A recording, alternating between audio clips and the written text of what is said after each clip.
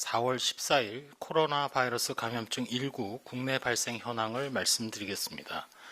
총 누적 확진자 수는 1,564명, 이 중에 해외 유입이 940명입니다. 내국인이 91.7%를 차지하고 있고, 총 누적 확진자 중에 7,534명이 격리 해제된 상태입니다. 신규 확진자는 27명이고 격리 해제는 87명이 증가하였습니다. 안타깝게도 사망자가 5명이 증가를 하였습니다. 지역별 현황을 보면 해외 유입을 일단 빼고 지역별 발생을 잠정적으로 볼 때 경기도와 경북이 5건의 발생을 보이고 있습니다. 전국적으로 81.4%가 집단 발생과의 연관성을 확인할 수 있었습니다. 최근 2주간의 전파 경로를 보면 해외 유입이 절반이 넘는 52.3%, 거기에 더해서 해외 유입과 관련된 전파가 8.0%를 차지하고 있고, 장소를 보게 되면 병원 그리고 요양병원 등이 23.8%를 차지하고 있습니다. 어제 새롭게 확인된 해외 유입 환자는 12명이고 유입 국가로는 미주가 가장 많으며 9명입니다. 유럽 2명, 기타 1명이고 국적으로 볼 때는 내국인이 11명입니다. 각 지역별로 집단 발생 사례의 현황을 보면 대구 달성군에 소재한 제2미주병원에서 동일 집단 격리 중인 환자 직원에 대한 전수검사 중에 추가로 2명이 확진되어 현재까지 총 193명의 확진자가 확인되었고, 경기도 의정부시에 소재한 의정부 성모병원과 관련해서 격리 중이던 2명이 추가로 확진되어서 총 64명의 확진자가 확인되었습니다.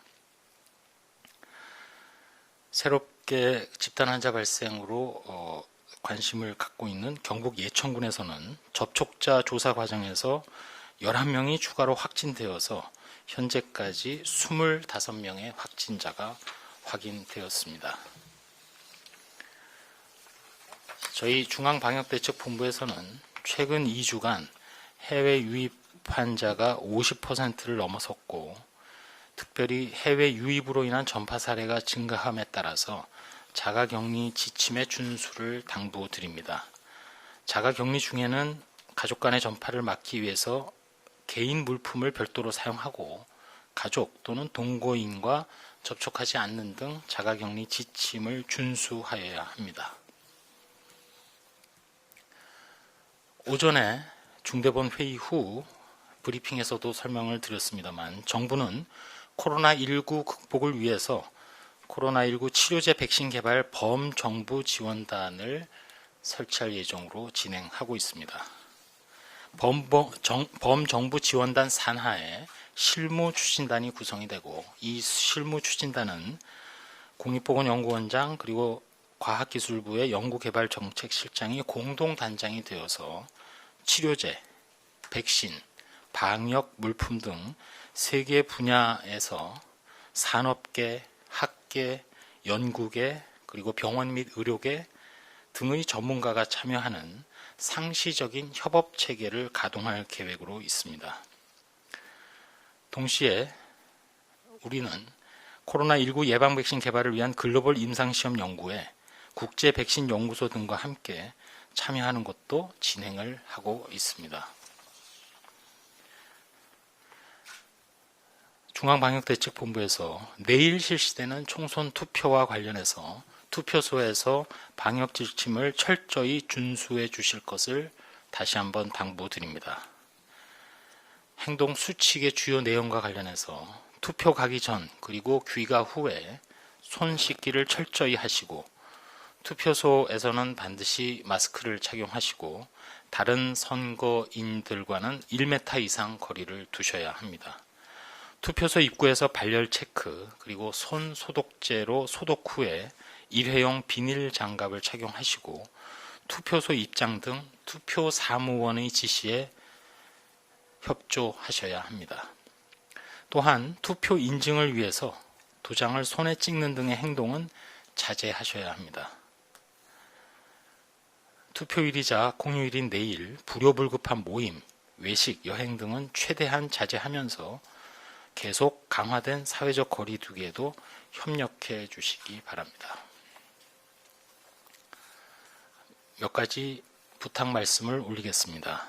앞서 말씀드린 대로 코로나19와 관련해서 현재의 전 세계적인 감염병 재난을 근본적으로 극복하는 길은 결국 인공적인 면역을 기르는 백신 그리고 치료제를 개발하는 것이 되겠습니다.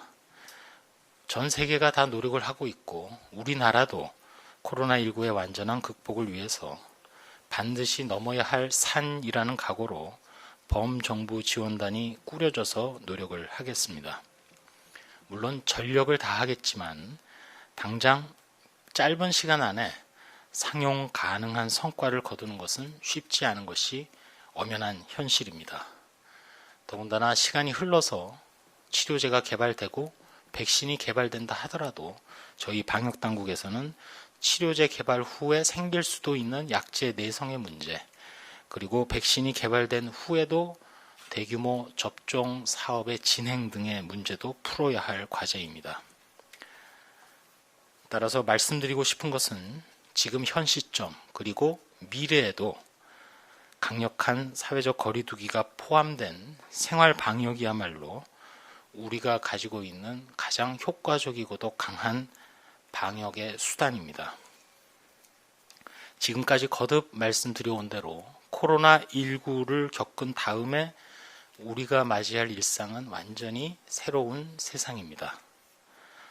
서로가 인사하는 방법인 악수가 사라진 세상, 그리고 아침에 일어나서 날씨를 확인하듯이 매일 전 세계의 감염병 동향을 찾아보는 세상, 그리고 기침 예절 등을 실천하기 위해서 티슈와 손 세정제를 챙기는 세상이 바로 코로나19 이후에 우리가 맞이하는 세상입니다.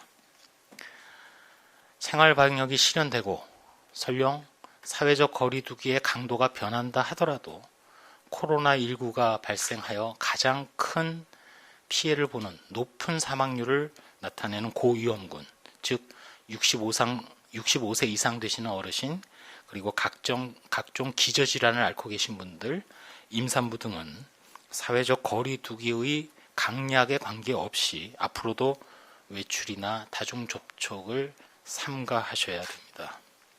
이렇게 함으로써 언제든지 재발하거나 재유행하는 코로나로 인한 피해를 최소화할 수 있을 것입니다.